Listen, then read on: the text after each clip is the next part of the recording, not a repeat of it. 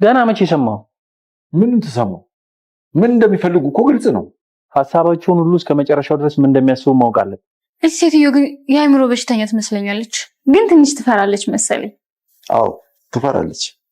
ያንተ እህት ግን አትመስልም ፍራቸዋ። የእናት ወድ ዥንጉርጉር አይደል? ለምሳሌ አንቺ ትናደጃለሽ፣ ወንድምሽ ደግሞ ረጋ ያለ ነው። ከዚህ ሰውዬ ጋር ትሰካከሳላችሁ አይደል? አይ ነኝ የሰከሰች። ቆይ እሱስ እየሰከሰሽ ቢሆን በምን ታውቂያለሽ? ካወቀ ሳይቀድመኝ ነው መቅደም ያለብኝ። ቆይ ምን ሆነሽ ነው? ትቀልዳለህ እንዴ? እና ልሙት ባይገለኝ እንኳን በቀላሉ አይለቀኝም። አእምሮሽ ላይ ቁጭ ብሎ ስለመግደል የሚያወራሽ ጂኒ መቼም ቢሆን ስራውን ረስቶ አያውቅም።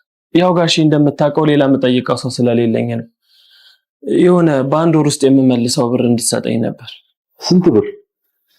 4 ሚሊዮን ብር። 4 ሚሊዮን? ጭንቅላታቸውን በትናቸው ይልኝ። የሐሳብ ወደ አእምሮ ውስጥ እንዳይመጣ ነበር የፈራሁት። ቆይ ለምን ብለህ ግን እስር ቤት ህይወትን ታሳልፋለህ? እመነኝ ካሌብ፣ ከመግደል ያልተናነሰ ኪሳራ ነው የምናደርስባቸው። ኤሊስ ሰሚኛለሽ? ይሄ አልጋ የኔና ዳኒ ብቻ ነው። እሺ እሱ ሲዳን ያልነበር። አንተ ከዚህ በላይ የማየቱ ፍላጎት ካለ በሚገባ ብዙ ነገር ታያለህ። ልኩን ካለፈ የመጨረሻ ስራዬ እሱን መጨረስ። አየሽ፣ ሰይጣንሽ ተነሳ። አንዳንዴ እኮ ፍቅረኛ የራሱ አትመስለኝም። እኔም ቢሆን ምክሬን እንደ ጠላት ስለምሰሚኝ አንዳንዴ ማቀሻ አትመስይኝ። ካሌብ ቺት እንደሚያደርግብኝ ሰምቻለሁ። ሩም ሲይዙ ተቀርጾ ተልኮልኛል። እስኪ ያሳይ። ችግሩ እኮ አባቱ ቤት ስለምኖር በስሜ ምንም ስለሌለኝ ነው። አንተ ቤቱን በስሜ እንዳረክልኝ ቢያውቅ እኮ ያከብረኝ ነበር። እና ምን ችግር አለው? መች እንሂድ? የውሸት ሰነዶች አዘጋጅቶልኛል።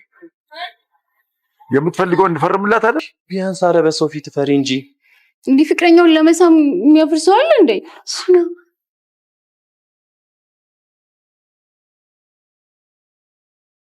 አባዬ አያወቅ የቱን አትበለኝ። መሳሪያው የት ነው ያደረከው? ተው ካሌብ ካሌብ ነገሮችን ሁሉ በራሴ መንገድ አጣራለሁ፣ እዛ ቤት እየተካሄደ ያለውን ነገር በራሴ አይን ማየት እፈልጋለሁ ብሎ በራሱ በጀመረው መንገድ እያየ ነውና ይሄ ነገር ደግሞ በጣም እያሳበደው በጣም እያናደደ ነው። የሚያየው ነገር ሁሉ ከቁጥጥር ውጭ የሆነ ነው። በዛ መሃል ደግሞ በትሁትና በአባቱ ትዕግስትን በጣም እየተገረመ ነው። እናንተ ግን እንዴት ነው ይሄንን ሁሉ ነገር እያያችሁ የታገሳችሁት እያለ በእነሱ ትዕግስትን በጣም እየተገረመ ነውና ቲና ደግሞ እዛ ፊት ለፊቱ ቁጭ ብላ ከዳኒ ጋር የምታደርገው ነገር በጣም እያናደደው በጣም ከቁጥጥሩ በላይ እየሆነ ነው። ለዛም ነው አሁን በስተመጨረሻ ላይ እነሱ ወደ መኝታ ክፍል ሲሄዱ አባቱ ጋር ደውሎ መሳሪያ ሲጠይቀው የነበረው ማለት ነው። ያው እነሱ በተኙበት እዛው ሊጨርሳቸው አባቱ ደግሞ በፊትም ብሎታል። ምን ይሁን ብሎ ነው ለነሱ ብለ እድሜ ልክን ቀሪ እድሜህን እስር ቤት የምትበሰብሰው ብሎታል። ካሌብ ደግሞ እነሱ እዛው ፊት ለፊት ቲና ዳኒን እዛው ከንፈሬን ሳሚኝ እንሳሳም ብላ ዳኒ እምቢ ሲላት ነው ወደ መኝታ ክፍል ጎትታው ይዘው የሄደችው። ይሄ ነገር ደግሞ በጣም ስላናደደው ነው ሰውነቱ ራሱ በጣም ሲንቀጠቀጥ የነበረውና መሳሪያ ጠይቆ መሳሪያ ሲያጣ ከኪችን ቢላ ይዞ ወደ መኝታ ክፍል እየሄደ ያለው ማለት ነው። አሁን እዚህ ጋር እነሱን የሆነ ነገር አደርጋለሁ እነሱን እጎዳለሁ ብሎ ካሰበ ያው እሱ እስር ቤት መግባቱ አይቀርም። ይሄ ደግሞ አባቱ የሚፈልገው ነገር አይደለም። አሁን ካሌብ እዚህ ጋር ነገሮችን ሁሉ ይሄንን መንገድ ከሚሄድ ይሄንን መንገድ መርጦ በራሴ አይን ካላየው በራሴ እነሱ የሚያደርጉትን ነገር እነሱ የሚያወሩትን ነገር ካልሰማው ብሎ ይሄንን ነገር ከሚያደርግ መጀመሪያውኑ ትሁትና አባቱ የሚነግሩትን ነገር አምኖ ያን ነገር በአጭሩ ቢቋጭና ከቲና ጋር ያለውን ነገር ባያቆም ይሻለው ነበር። ግን እሱ ረጅም መንገድ መሄድ ፈለገ። እዛ ጋር እነሱን ባለማመን ይመስላል አባቱም የሚነግረውን ትሁትም የምትነግረውን ነገር ባለማመን ይመስላል በራሴ መንገድ ሊዮ ብሎ ነው። ይሄ ደግሞ የሚያመለክተው ምንም ቢናደድባት ቲና ላይ እሱም ቲና እንደሚያፈቅራት ነው። ሰው እንደዚህ የሚያደርገው ሰው ስለሆነ ሰው ሲነገረው ያንን ሰው የማያምነው በዛ ሰው ፍቅር ከታወረ ነውና እዚህ ጋር ካሌብም በቲና ፍቅር ሳይታወር አይቀርም። አባቱም ብሎታል እኛ የምናወራውን ነገር አይሰማም፣ ለዛም ነው በራሱ መንገድ እንዲያጣራ የተውኩት ብሎ ለትሁት ነግሯታልና ካሌባውን እዛ ቤት የሚያደርጉትን ነገር እንደ አባቱ እህት ወይንም እንደ አክስት ሆኖ ነገሮችን እያየ ነውና እዛ ጋር ቲና ለትሁት የምትመልሰው መልስ ሁላ እያየ ነበር። ከዚህ በፊት ትሁት የሆነ ነገር ስትነግር ቲና እንደዚህ ያርጋለች ቲና እንደዚህ ያርጋለች ሲባል ካሌብ እዛ ጋር ቲናን በጣም ስለሚወዳት ትሁትን ነበር ሲቆጣት የነበረው። አሁን ደግሞ እዛ የሚካሄደውን ነገር ሁሉ እያየ ነው። ቲና ለትሁት የምትመልሰው መልስ ሁላ እያየ ነው። እዛ ጋር እሷ ከዳኒ ጋር የምታደርገው ነገር ሁሉ እያየ ነውና ይሄ ነገር በጣም እያናደደው በጣም እያንጨረጨረው ነው ማለት ነው። ግን ደግሞ ይሄንን ሁሉ መንገድ ከሚሄድ የመጀመሪያውኑ ቀን አይቷል። ቲና ወደ ኪችን መታ ትሁትን እኔና ዳኒ መኝታ ክፍል እንተኛለን ወደኛ እንዳትመጪ እንዳትረብሽኝ ያለቻት ጊዜ ሰምቷልና እዛው ነገሮችን ቢቋጭና እዛው ቢበቃው ይሻለው ነበር። ግን እሱ እንደ አባቱ እህት እንደ አክስቱ ሆኖ የመጣው እሱ ካሌብ መሆኑን ለትሁት ነግሯት ነው። አሁን አንቺ ምንም ነገር እንደማያውቅ ዝም በይ ይሄንን ነገር በራሴ መንገድ ማጣራት ስለፈለኩ ነው እንደዚህ ያደረኩ ብሎ ለትሁት ነገራት እንጂ ያን ነገር እዛ ጋር ማብቃት አልፈለገም። ግን መቀጠል ፈለገ። ሁሉንም ነገር የምታደርገውን ነገር ሁሉ እስከ መጨረሻ ያለው እንደውም አሁን እያለ ያለው የመጨረሻ ፍላጎቷን ማወቅ እፈልጋለሁ እያለ ነው። ያው የመጨረሻ ፍላጎቷ ግልጽ ነው። እሷ ከዛ ቤት የሆነ ነገር መውሰድ፣ ቤቱን በራሷ ስም ማድረግና ካሌብና ትሁትን ከዛ ቤት ማባረር ነው። በስተመጨረሻም ደግሞ ሽማግሌውን መግደል ነው የምትፈልገው። ዳኒ ደግሞ በዚህ ሀሳቧ አይስማማም። ዛሬም ሲላት የነበረው ሴጣንሽ ተነሳብሽ፣ ደግሞ ራስሽ ላይ የሰፈረው ሴጣን ለአንቺ መጥፎ ምክር ከመስጠት አልተቆጠበም፣ ስራውን አላቆመም እያለ እየነገራት ነውና ቲና በቃ ለምታደርገው ነገር ሁሉ የሆነ ሰው መግደል እንደዚህ ማጥፋት የሚለውን ነው የምትፈልገው። ዳኒ ደግሞ የሆነ ነገር ወስዶ መሄድ ነው የሚፈልገው እንጂ ሰው መግዷት አይፈልግም። በዚህ ነገር ይለያያሉ። ለዛም ነው አንዳንድ ጊዜ የማይስማሙትና ትንሽ በመካከላቸው ጭቅጭቅ የምትፈጠረው ማለት ነው። ቲና እንደውም ዛሬ ዳኒን ስትለው የነበረው እኔ አንዳንድ ጊዜ ፍቅረኛዬ አልመስልሽ እያልከኝ ነው ስትለው፣ ዳኒ መልሶ እዛ ጋር እኔ ራሱ እየተጠራጠርኩሽ ነው፣ እኔ የምመክርሽን ምክር አትቀበይም እያላት ነው። እዛ ጋር ያው ሁለቱም መጋጨታቸው መጣላታቸው አይቀርም። ወደፊት ደግሞ ይሄ ነገር ከገፋበት ይጣላሉ። አሁንም ዳኒ እየነገራት ነው ለቲና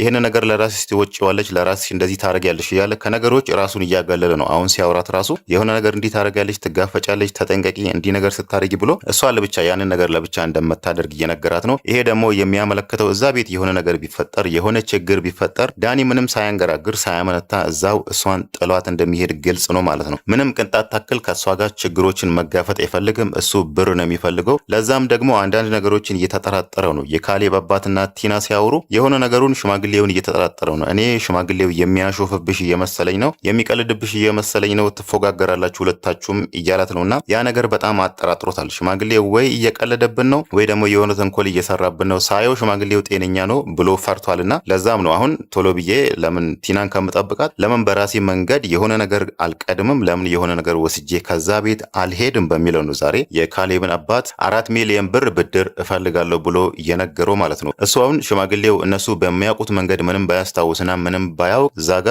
4 ሚሊዮን ብር በብድር መልክ ይወስዳል። በአንድ ወር ውስጥ እመልስላለሁ ብሎታል። በብድር መልክ ይወስድና ከዛም በኋላ የሚፈጠረውን ነገር ቀስ እያለ ይከታተላል ማለት ነው። ነገሮች ካልተሳኩ፣ ነገሮች እነሱ እንዳሰቡት ካልሆነ በዛው እሱ 4 ሚሊዮን ብርዋን ወስዶ በዛው ሊጠፋ ነበር። ግን የካሌብ አባትም 4 ሚሊዮን ብር ምን አላት እሰጥሃለሁ ካለው በኋላ ለቲና ነግራለሁ፣ ለካሌብ ነግራለሁ፣ እስኪ ካሌብን ላማክረው ሲለው ዳኒ ደግሞ ይሄን ነገር ማንም ሰው እንዲሰማ አልፈለግም። ሽማግሌውም ሲጠይቀው ስታበድረኝ ከምትነግራቸው እኔ ሰርቼበት ደግሞ በአንድ ወር ውስጥ ስመልስልህ ያኔ ብትነግራቸውና እኔም ባመሰግንህ ይሻላል ብሎታል ማለት ነው። ይሄ ነገር ደግሞ በዳኒ ምልከታ ካሌብ ከሰማ ወይ ደግሞ ቲና ከሰማች ለምንድን ነው ይሄን ነገር ብቻ ነው የምትወስዱ ትለዋለች ቲና። እዛጋ ነገሮችን አብረን አቅደን አብረን ማሳካት አለብን እንጂ አንተ ለምንድን ነው በዚህ መሀል ገብተህ ብድር የምትጠይቀው ትለዋለች። በዛ በኩል ደግሞ ሽማግሌው ለካሌብ ከነገረ ካሌብ ጤነኛ ነው፣ ነገሮችን ሁሉ በጥንቃቄ ነው የሚያደርገው። ምናልባት ደግሞ ሽማግሌውን ይከለክለዋል እንዳያበድረኝ በሚለው ነው። ይሄንን ነገር ማንም ሰው እንዳይሰማ በእኔና በአንተ መሀል ይቅር፣ የሆነ እቃ ማስመጣበት ብር ፈልጌ ነበር በአንድ ወር ውስጥ ሰርቼልህ እመልስልሃለሁ ብሎ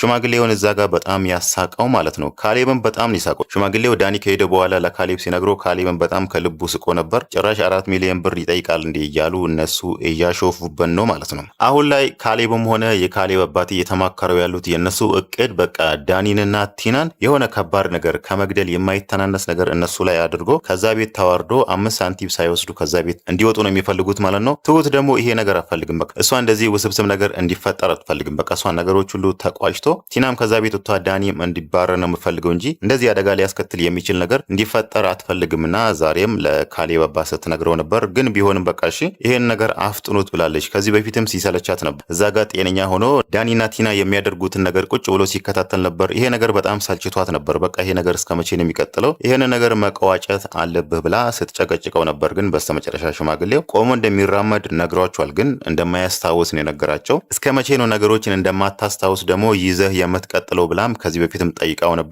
የሱ ጥያቄ እያለባት ደግሞ ትሁት ላይ አሁን ደግሞ ካሌብ እንደዚህ የአባቱ እህት እንደ አክስቱ ሆኖ ተሸፋፍኖ ለብሶ እዛ ቤት መምጣቱ አሁን ደግሞ ሌላ ፕሮሰስ ሌላ ጣጣ ይዛችሁ መጣችሁ። እስከ መቼ ነው ይሄ ነገር የሚቀጥለው ብላ ዛሬም የሆነ በመሰላቸት ስሜት የካሌብን አባት ጠይቃው ነበር። የካሌብም አባት የመለሰላት እኔ ነገሮችን እሱ በሚስጥር ማያስፈልገው ነበር፣ እኛ ከምንነግረው ነገሮችን ሁሉ በራሱ መንገድ ማጣራት ስለፈለገ ነው። ያን ነገር ደግሞ እንዲያደርግ ፈቅጄለት ነው። ስለዚህ አንቺ ትንሽ ጊዜ ታገሺ ብሏታልና ትሁት ምንም ብትሰላችም በስተመጨረሻ እሺ ብላለች ማለት ነው። ምናልባት አሁን ካሌብ እዚህ ጋር እውነት ቲናና ዳኒ መኝታ ክፍል ተኝቶ ቢላውን እንደያዘ ከገባ እዚሁ ሊያልቅ ይችላል፣ ወይ ደግሞ አሁንም በር ላይ ነው ያለውና ትንሽ ልረጋጋና እስኪ የሚያደርጉትን ነገር ደግሞ ከዚህ በኋላ የሚያደርጉትን ነገር በሚለው ወደ ራሱ ሊመለስ ይችላል ማለት ነው። ግን እንደዛው ቢላ እንደያዘ እነሱ ጋር ገብቶ እነሱን እጎዳለሁ የሚል ከሆነ እዚህ ጋር ተጎጂ የሚሆነው ካሌብ ነው። ቀሪ እድሜውን እስር ቤት መግባቱ አይቀርም ማለት ነው። ግን እሱ ከሁሉም በላይ ይሄንን ነገር ከሚያደርግ ይሄንን ሁሉ መንገድ ከሚሄድ እዛው ቲናንም ዳኒንም አስቀምጦ እኛ እኮ ነገሮችን ሁሉ እናውቃለን፣ ስለዚህ አንቺም ተንኮልሽ ተባንዶብሻል፣ ከዚህ ቤት ውጪ ማለት አለበት ማለት ነው። አሁን ላይ ቲና እያደረገች ያለችው የካሌብን አባት ቤት ፈርምልኝ ብላዋለች። የካሌብ አባትም እሺ በቃ ፈርምልሻለሁ ብሎ ቃል ገብቶላታል፣ እንደ ነገ ሄዶ ሊፈርምላት ማለት ነው። ይሄን ነገር ደግሞ ሐሰተኛ ሰነድ አዘጋጅቶ እሱ ላይ ይፈርምላታል። እሷ በቃ ቤት አገኘው ብላ በጣም ደስተኛ ትሆናለች። ወይ ደግሞ እንዳለችው ሰዎችን አዘጋጅታች ሰዎችን ቀጥራ የካሌብን አባት ልታስገድል ትሞክራለች። ከዛም በኋላ ካሌብና ትሁትን ከቤት ታባርራለች። ከዛም ቤቱን ለራሷ ትወስዳለች ማለት ነው። በእሷ ምልከታ የእሷ እቅድ ነው ማለት ነው ይሄኛው። ግን የካሌብ አባት አሁን ላይ ጥሩ ነገር ነው ያሰበላት፣ ጥሩ እቅድ ነው ያዘጋጀላት፣ ሐሰተኛ ሰነድ ለእሷ ማዘጋጀቱ ማለት ነው።